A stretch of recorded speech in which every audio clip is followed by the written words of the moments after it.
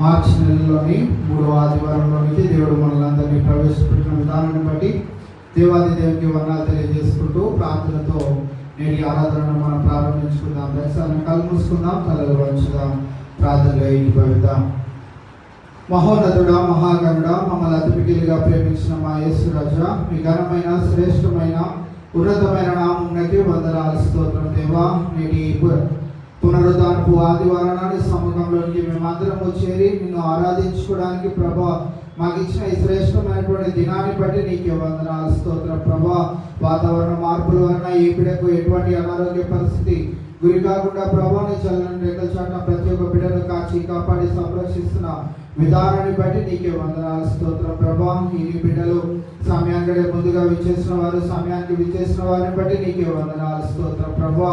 ఇది నాన్న ప్రభా మరి జరగనైన ఆరాధన అంతటిలో ప్రభా నీ సన్నిధిని తోడుగా ఉంచండి. సమయానికి వచ్చిన బిడ్డలందరినీ ఒక ప్రత్యేక రీతిగా దీవించి ఆశీర్వదించి ఇది నాన్న జరగనైన ఆరాధన అంతటిలో ప్రభా ఈ సన్నిధిని ప్రసన్నతని వెలుగు మధ్యన మమ్మల్ని అందరినీ భద్రపరచుకోమని ఆది నుంచి అంతవరకు కేవలము మీకు మాత్రమే మహిమ ఘనత ప్రభావం చెల్లించినట్లు ఈరోజు ఆరాధన అంతయు జరగగలుగుటకు మీ సహాయం అనుగ్రహించమని దుష్టుని తప్పించి నీ యొక్క వెలుగు మధ్యన మమ్మల్ని భద్రపరచుకోమని ఈ ప్రార్థన ప్రభు యేసు నామములో అడిగి వేడుకుంటున్నాం మా తండ్రి.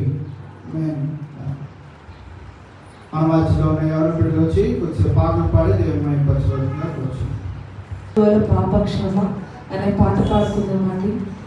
బాసిల్లేను సిలువలో పాపక్షమా యేసు ప్రభు నీ దివ్య క్షమా. బాసిల్లేను సిలువలో పాపక్షమా కలువరిలో నా పాపము పోచి సిలువకు నిన్ను రావుతి చేసి కలువరిలో నా పాపము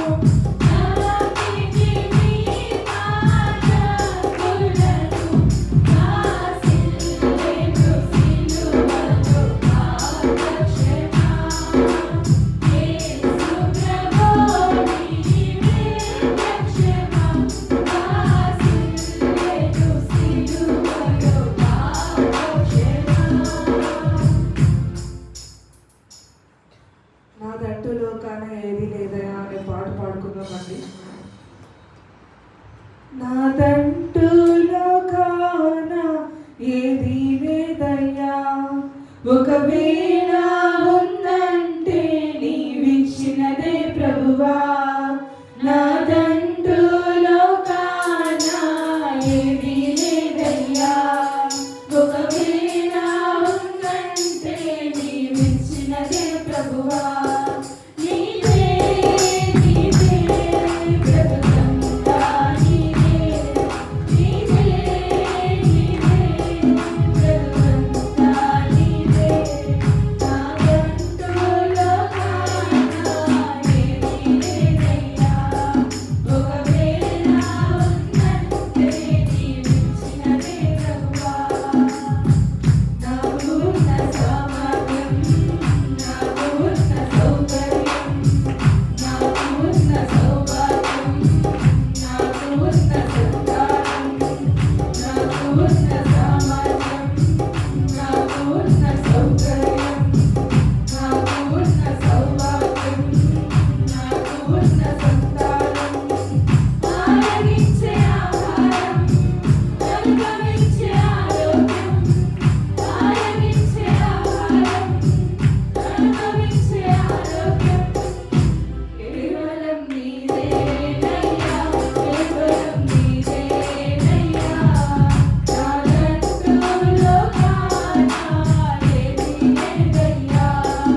ఒకవేళ ఉందంటే నీవిచ్చినదే ప్రభువా, నాదంటూ లోకాన ఏమీ లేదయ్యా. ఒకవేళ ఉందంటే నీవిచ్చినదే ప్రభువా, నాకు ఉన్న ఈ వరం, నాకు ఉన్న ఈ వరం, రావచ్చున్న ఈ వరం, నిలువని రైవం. నాకు ఉన్న ఈ వరం, నాకు ఉన్న ఈ వరం, రావచ్చున్న ఈ వరం, నిలువని రైవం. నిలిచియున్న ఈ స్వరం, బ్రతుకుచున్న ప్రతి క్షణం, నిలిచియున్న ఈ స్వరం, బ్రతుకుచున్న ప్రతి క్షణం, కేవలం నీవేనయ్యా, కేవలం నీవేనయ్యా. నాదంటూ లోకాన ఏమీ లేదయ్యా. ఒకవేళ ఉందంటే నీవిచ్చినదే ప్రభువా, నాదంటూ లోకాన ఏమీ లేదయ్యా. ఒకవేళ ఉందంటే నీవిచ్చినదే ప్రభువా. ఆశయ చిన్న ఆశయ అనే పాట పాడుకుందామండి. నీతో నేను నడవాలని, నీతో కలిసి ఉండాలని, నీతో నేను నడవాలని, నీతో కలిసి ఉండాలని. ఆశయ చిన్న ఆశయ, ఓ యేసయ్యా, నీవే తీర్చాలయ్యా. ఆశయ చిన్న ఆశయ, ఓ యేసయ్యా,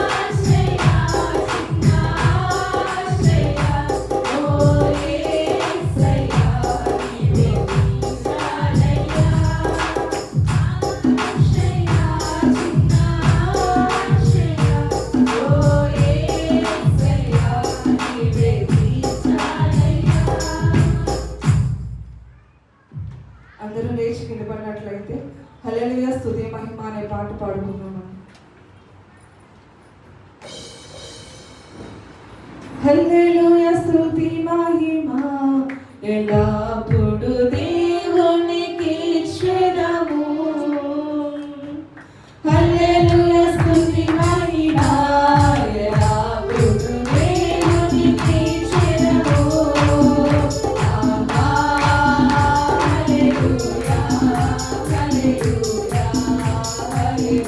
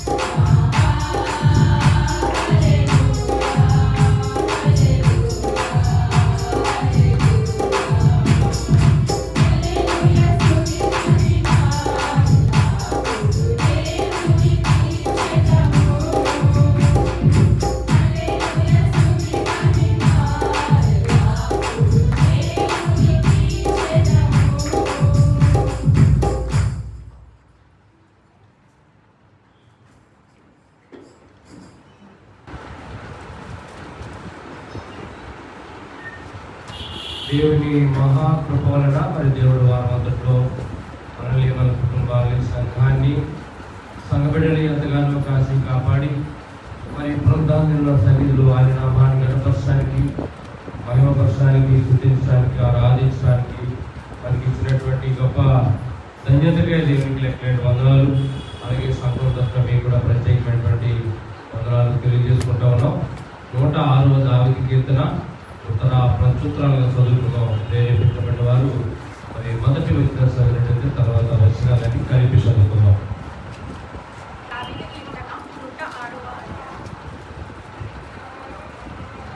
యెహోవా దయాళుడు, ఆయన కృతజ్ఞతాస్తుతులు చెల్లించు, ఆయన కృప నిత్యము.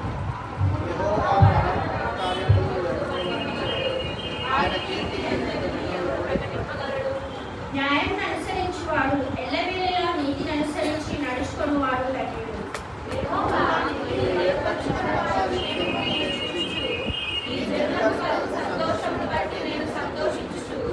నీ స్వాస్థ్యమైన వాటితో కూడి కొనియాడినట్లు నీ ప్రజలను నీకున్న దయ చెప్పున నన్ను జ్ఞాపకమునకు తెచ్చుకొను.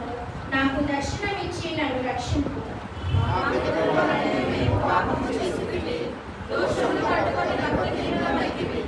ఐగుప్తులో మా పితరులు నీ అద్భుతములను గ్రహింపకై ఉండేవి. నీ కృప బాహుల్యమును జ్ఞాపకమునకు తెచ్చుకొనకై ఉండేవి. సముద్రమునొద్ద ఎర్ర సముద్రమునొద్ద వారు తిరుగుబాటు చేసి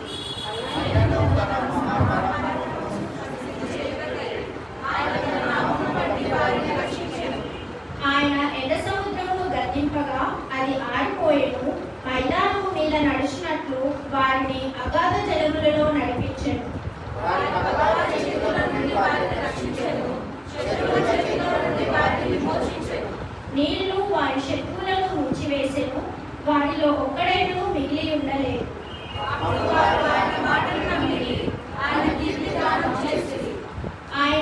అయినను వారు ఆయన కార్యములను వెంటనే మరిచిపోయి ఆయన ఆలోచన కొరకు కనిపెట్టకపోయి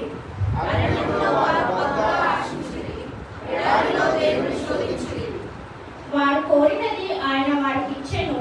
అయినను వారి ప్రాణములకు ఆయన క్షీణత కలుగజేసి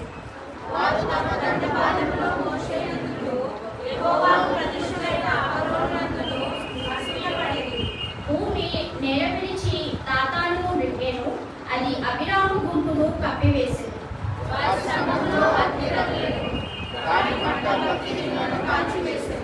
హోరేబులో వారు దూడను చేయించుకొని పోత పోసిన విగ్రహములకు నమస్కారం చేసి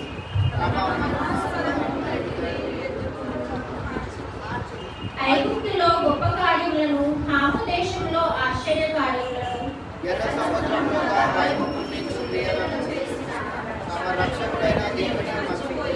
అప్పుడు ఆయన నేను వారిని నశింపజేసేదనను. అయితే ఆయన వారిని నశింపజేయకున్నట్లు ఆయన కోపము చల్లార్చుటకే ఆయన ఏర్పరచుకొనిన మోషే ఆయన సన్నిధిని నిలిచి అడ్డుపడి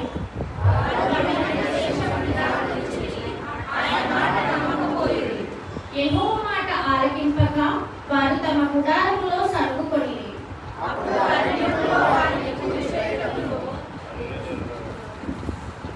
అన్యజనులలో వారు సంతానమును కూల్చుటకును దేశంలో వారిని చెదరగొట్టుటకును ఆయన వారి మీద చెయ్యి ఎత్తెను.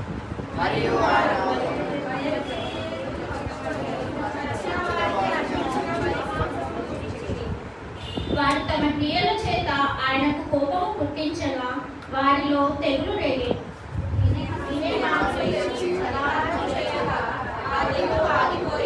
నిత్యము తరములన్నిటను అతనికి ఆ పని నీతిగా ఎంచబడేను.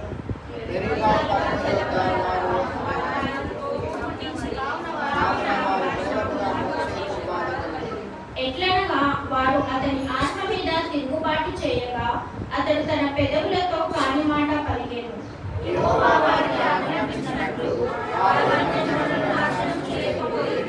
అన్యజనులతో సహవాసము చేసి వారి క్రియలు నేర్చుకొని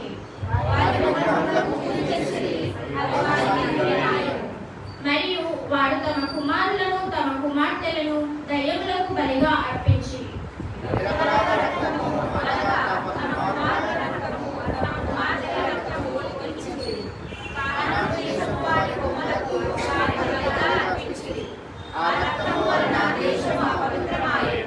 తమ క్రియల వలన వారు అపవిత్రులై తమ నడువడిలో వ్యభిచరించిన వారై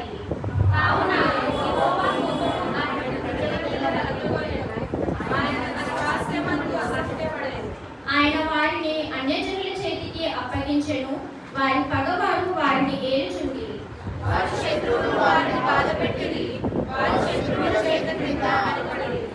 అనేక పర్యాయములు ఆయన వారిని విడిపించెను. అయినను వారు తమ ఆలోచనను అనుసరించి తిరుగుబాటు చేయుచు వచ్చి తమ దోషము చేత హీనదశ నొంది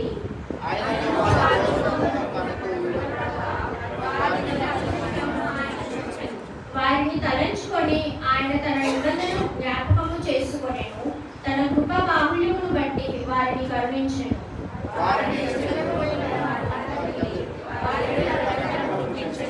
యెహోవా మా దేవా మమ్మను రక్షింపుము. మేము నీ పరిశుద్ధ నామమునకు కృతజ్ఞతాస్తుతులు చెల్లించినట్లును నిన్ను స్తుతించుచు మేము అతిశయించినట్లును అన్యజనులలో నుండి మమ్మను పోగు చేయుము. ఇశ్రాయేలీయుల దేవుడైన యెహోవా యుగములన్నిటిలో స్తుతింతును గాక. ప్రజలందరూ ఆమేన్ అందరూ గాక. యెహోవాను స్తుతించుడి. చదవబడిన వాక్యం దేవుడు ఇచ్చి ఆశీర్వదించుగాక.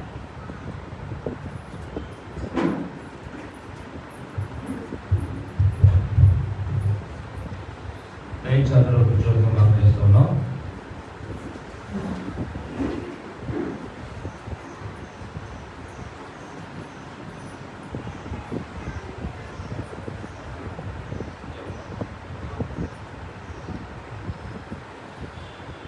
చదవబడినటువంటి కావాలని మనలో పసుపాలు ఉన్నారు. వారి విస్తారాలు దేవుని మాటలు వినాలని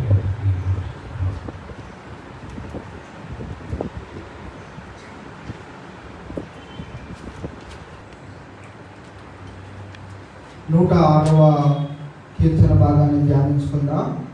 ఎన్ని వచనాలు ఉన్నాయండి?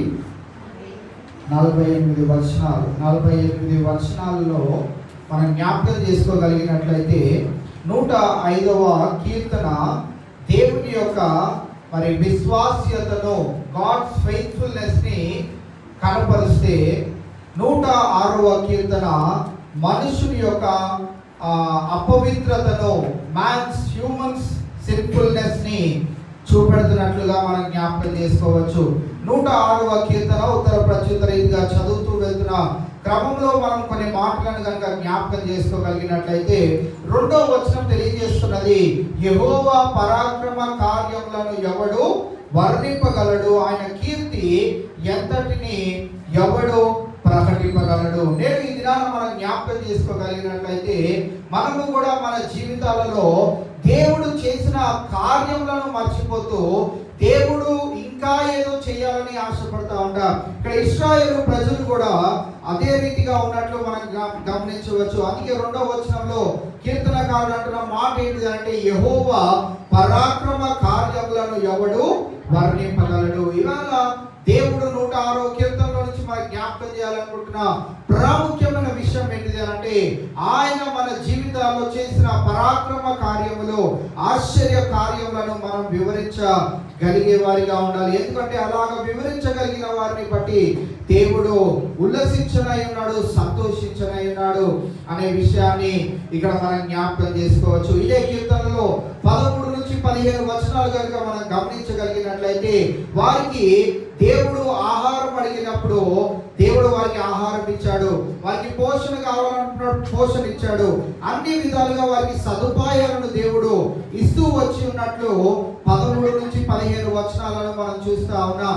ఆయనను వారు ఆయన కార్యములను వెంటనే మర్చిపోయి, ఆయన ఆలోచన కొరకు కనిపెట్టకపోయి, అరణ్యములో వారు బహుగా ఆశించిరి, ఎడారిలో దేవుని శోధించిరి, వారు కోరినది ఆయన వారికి ఇచ్చెను, ఆయనను వారి ప్రాణములకు ఆయన క్షీణత కలుగు చేశాను. దేవుడు క్షీణత కలుగు చేయడానికి గల కారణం ఏంటిదంటే, వారు అడిగిందల్లా దేవుడు ఇస్తున్నప్పటికీ దేవుడిని వారు తిరస్కరించినట్లు. ఇవాళ దేవుడు మన జీవితాల్లో కూడా గడిచిన వారమంతా దేవుడు అనేకమైన మేలతో మనల్ని తృప్తిపరిచి, కాపాడి, పోషించి, ఆరోగ్యం ఇచ్చి, నేటి ఈ ప్రత్యేకమైన దినాన ఆయన ఆరాధనలో పొందడానికి దేవుడు కృపను దయచేస్తే మనం ఇంకా ఏమంటా ఉంటాము అని అంటే, దేవా నేను అడిగింది నువ్వు ఇంకా ఇవ్వలేదు నాకు అని అంటా ఉంటాం. ఇక్కడ ఈ 13వ వచనం నుండి 15వ వచనం కనుక మనం చూసినట్టయితే, వారు కోరినది ఆయన వారికి ఇచ్చాను, ఆయనను వారి ప్రాణములకు ఆయన క్షీణత కలుగు చేశాను. దేవుడు కూడా వద్దురా, ఇవి అడగొద్దు, ఇలాంటివి నువ్వు పొందుకుంటే నీకు అంత మంచిది కాదు అని దేవుడు కొన్ని వాటి నుండి మనం తప్పిస్తున్నప్పటికీ మనం ఏం చేస్తూ ఉంటామంటే, నాకు అదే కావాలి అని కోరుకుంటా ఉంటాం. అదే కావాలని కోరుకున్నప్పుడు దేవుడు దాన్ని ఇస్తాడు. అప్పుడు మన ప్రాణము ఏమవుతుందంట, క్షీణత కలుగుతుంది. కావున ఇవాళ దేవుడు మనకి కాపుదల ఇస్తున్న కొలది మనం ఆనందించబద్దులమై ఉన్నాం. దేవుడు మనల్ని పోషిస్తున్న కొలది దాంట్లో సంతృప్తి చెందవలసిన వారమై ఉంటా ఉన్నాం. దేవుడు మనకు సమయమునిచ్చిన కొలది మనము ఆయన సత్య సువార్తను ప్రకటించవలసిన వారమై ఉంటా ఉన్నాం. అంతేకాని ఇక్కడ మనము దేవుడు వద్దన్నా కానీ మనం కోరి కనుక తెచ్చుకున్నట్లయితే దేవుడు అంటున్నాడు ఇక్కడ, ఆయన వారి ప్రాణములకు ఆయన క్షీణత కలుగు చేశాను. నేడు ఈ దినాన మనుషులు చేసిన పాపములు, కపటోపాయముల వలన దేవుడు తన ఉగ్రతను మరి తన ప్రజల మీద కురిపించవలసిన ఆ యొక్క సమయము మరి యొక్క కీర్తనకారుడు జ్ఞాపకం చేయడము మనం చూస్తా ఉన్నాం. 23వ వచనంలో మనం చూసినట్లయితే, అప్పుడు ఆయన నేను వారిని నశింపజేసేదనని, అయితే ఆయన వారిని నశింపజేయకున్నట్లు ఆయన కోపము చల్లారుటకై ఆయన ఏర్పరచుకున్న మోషే ఆయన సన్నిధిని నిలిచి అడ్డుపడెను. అక్కడ మోషే దేవుని దగ్గరికి వెళ్ళాడు. 10 ఆజ్ఞలు తెచ్చారు. కింద మనుషులు ఏం చేశారు? దూడలు చేస్తున్నారు, బంగారు దూడలు చేస్తున్నారు. దాన్ని ఏం చేస్తున్నారు? ఆరాధిస్తూ వెళ్తా ఉన్నారు. పైన వచనాలు మనము చూసినట్లయితే 19లో 2వ భాగము, పోత పోసిన విగ్రహమునకు నమస్కారము చేసిరి. కావున ఇవాళ మరి మోషే అడ్డుపడగా మరి దేవుడు వారికి మరి క్షమాపణ కలుగు చేసినట్లు మనము జ్ఞాపకం చేసుకోవచ్చు. నేడు దేవుని యొక్క ఉపదేశకులు, దేవుని యొక్క బోధకులు తెలియజేసిన మాటలను మనం తృణీకరించిన వారిగా అనేక పర్యాయాలు ఉంటాం. ఇవాళ మోషే గనుక అడ్డుపడకపోయి ఉంటే ఆ జనాలు అందరూ మరి నాశనానికి గురయ్యేవారు. ఇవాళ దేవుడు సెలవిస్తున్న మాట ఏంటిది అంటే, బోధకుడు తెలియజేసిన మాటను లక్ష్యం నుంచి దానిని అనుసరించే వారిగా మనం ఉండాలి అని ఇక్కడ మరి దేవుడు తెలియజేస్తున్న మాటగా మనం చూడవచ్చు. అందుకే 23వ వచనంలో, అయితే ఆయన వారిని నశింపజేయకున్నట్లు ఆయన కోపము చల్లారుటకై ఆయన ఏర్పరచుకున్న మోషే ఆయన సన్నిధిని నిలిచి అడ్డుపడెను. నేడు ఈ దినాన సేవకులైన మేము సంఘము గురించి అనుదినము ప్రార్థన చేస్తుండగా దేవుడు కొన్ని పరిస్థితుల్లో నుంచి మనల్ని తప్పిస్తూ ఉంటాడు. దేవుడు కొన్ని పరిస్థితుల్లో నుంచి మన మీద తన ఉగ్రతను రానివ్వకుండా మనల్ని కాపాడుతున్న వేళ మనము అజాగ్రత్తతో ఉండకుండా, నాకేం కావట్లేదు కదా అని మనం అజాగ్రత్తతో ఉండకుండా జాగ్రత్త కలిగి ఆయనను స్తుతించే బదులమై ఉంటాం. 40 నుంచి 42 వచనాలను కనుక మనం గమనించినట్టయితే అక్కడ కూడా దేవుడు మనలను బాగు చేయటకు కష్టములను మన జీవితాల్లో తీసుకొని వస్తాడు అనే విషయాన్ని మనం అక్కడ చూస్తూ ఉంటాం. మన జీవితాల్లో ఎలాంటి కష్టం రాకూడదని మనం ఆశపడతా ఉంటాం. దేవుడు అంటున్నాడు, నీ జీవితంలో కష్టము తేయడానికి గల కారణం ఏంటిదనంటే నీవు బాగుగా దేవుణ్ణి ఎరిగి ఉండాలి అని. చాలా మంది సమయం ఉన్నా కానీ దేవుణ్ణి ఎందుకు స్తుతించరు అని అంటే, మా జీవితాల్లో దేవుడు ఇంకా మేము అడిగింది చెయ్యలేదని, లేకుంటే అజాగ్రత్తతో దేవుడు సమయం ఇచ్చినా కానీ వారు ఎందుకు స్తుతించరు అని అంటే, నేను స్తుతిస్తే ఏముందిలే, స్తుతించకపోతే ఏముందిలే అని అనుకుంటా ఉన్నా. నేను ఈ దినాన మనం జ్ఞాపకం చేసుకోవాల్సిన ప్రాముఖ్యమైన విషయం ఏంటిదనంటే, 40 నుంచి 42 వచనాలు తెలియజేస్తున్న మాట ఏంటిదనంటే, దేవుడు తన వైపు ప్రజలు మార్చబడినట్లు దేవుడు వారిని శిక్షిస్తాడు, గద్దిస్తాడు. వారిని బాగు చేయడానికి వారి జీవితాల్లో కష్టాల కొలిమిని తీసుకొని వస్తాడు. కనుక మనం ఆ విషయాలలో మనము దేవునికి దూరంగా వెళ్ళేవారిగా, దేవుని తృణీకరించే వారిగా ఉండకుండా దేవునికి దగ్గరగా చేరువయ్యా ఆ యొక్క పరిస్థితులను మన జీవితాల్లో మనము కలిగి ఉండాలి. ఇంతకీ ఎంత మరి సింపుల్ నేచర్ని, పాప పూరితమైనటువంటి జీవితాన్ని తన ప్రజలు కలిగి ఉన్నప్పటికీ దేవుని యొక్క మహాకృప 44వ వచనం నుండి 46వ వచనం వరకు మనం చూసినట్లయితే ఆయన యొక్క ప్రేమ ఎంత గొప్పదిగా తన ప్రజల మీద ఉన్నదో ఆ యొక్క వచనాల్లో మనం చూడవచ్చు. 45వ వచనం 2వ భాగంలో మనం చూస్తే, తన కృపా బాహుళ్యమును బట్టి వారిని కరుణించెను. దేని బట్టి? వారు చేసిన భక్తిని బట్టి కాదు, వారు చేసిన క్రియలను బట్టి కాదు, దేనిని బట్టి కాదు, కానీ కేవలము దేవుని కృపా బాహుళ్యమును బట్టి వారిని ఏం చేశాడంట? దేవుడు కరుణించాడు. నేడు ఈ దినాన మనము కూడా దేవుని యొక్క కృపాతిశయమును బట్టి మనము కూడా ఆయన కరుణను పొందుకోవాలి అని అంటే, దేవుడు సెలవిస్తున్న మాట ఏంటిదనంటే 48వ వచనం అలాగే 1వ వచనము 2 మాటలు తెలియజేస్తున్న ప్రాముఖ్యమైన విషయం ఏంటిదనంటే, యెహోవాను మనం ఏం చేయాలి? స్తుతించే వారిగా ఉండాలి. 48వ వచనాన్ని మనం చూసినట్లయితే, ఇశ్రాయేలీయుల దేవుడైన యెహోవా యుగములన్నిటను స్తుతి నందును గాక, ప్రజలందరూ ఆమేన్ అందురు గాక, యెహోవాను స్తుతించుడి. చాలా బాధాకరమైన మరి ఒక విషయం ఏంటంటే, ఎవరైనా స్తుతిస్తున్నా ఆమేన్ అనడానికి కూడా మన నోరు రాదు. అది ఇంకా ఎంత బాధాకరమైనటువంటి విషయం అంటే, ఏదో మన గొంతు ఎండిపోతుంది ఆమేన్ అంటే, నా ఆరోగ్యం అంతా క్షీణించిపోతుంది అన్నట్టుగా ఆమేన్ అని కూడా ప్రార్థన ఎలాగో చేయము, అది పక్కన పెడితే ఆమేన్ అనడానికి కూడా మన నోరు తెరవలేని ప్రజలుగా మనం ఉన్నట్లయితే దేవుని యొక్క కోపాగ్నికి మనం గురయ్యే వారం ఉంటాం. అంతేకాకుండా మనము దేవుని కృపా బాహుళ్యమును బట్టి ఆయన కరుణ మనపైన, మన బిడ్డలపైన అనుదినము అనుక్షణము ఉండాలి అనంటే, మనం చేయవలసిన ప్రాముఖ్యమైన విషయం ఏంటిది అంటే, యెహోవాను మనము స్తుతించాలి. జీవిత కాలం అంతయు మన ఒంట్లో ప్రాణం ఉన్నంత వరకు ఆయనను స్తుతించే వారిగా ఉండాలి. ఇశ్రాయేలు జనాంగం అయితే ఆయనను తృణీకరించి ఆయన మాకు వద్దని దూడలు చేసుకొని విగ్రహాలను పూజించి వ్యర్థమైన రీతిగా వారి జీవితాలను కొనసాగించారు. నేడు ఈ దినాన మనము కూడా అజాగ్రత్తతో ఉంటున్నామేమో, మనల్ని మనం పరీక్ష చేసుకొని మరి జాగ్రత్త పడుతూ దేవుడికి ఇష్టమైన బిడ్డలుగా మనం ఉండగలిగినప్పుడు కృపా బాహుల్యమును బట్టి ఆయన మనలను మన బిడ్డలను కరుణిస్తాడు. యెహోవాను ఎల్లవేళలా మనము స్తుతించే వారిగా ఉందాం. దేవుడి కొద్ది మాటలు మనందరి వీటిలో భద్రపరచును గాక. గడిచిన వారం అంతయు దేవుడు మన జీవితాలలో మన కుటుంబ వ్యవస్థలో చాలినంత దేవుడుగా ఉంటూ చేస్తున్న అనేక మేలు ఉపకారములను తలపోసుకుంటూ ఆయనకు స్తుతి యాగం చేద్దాం. దేవుడి కొద్ది మాటలు మనందరి వీటిలో భద్రపరచును గాక. ఆమేన్.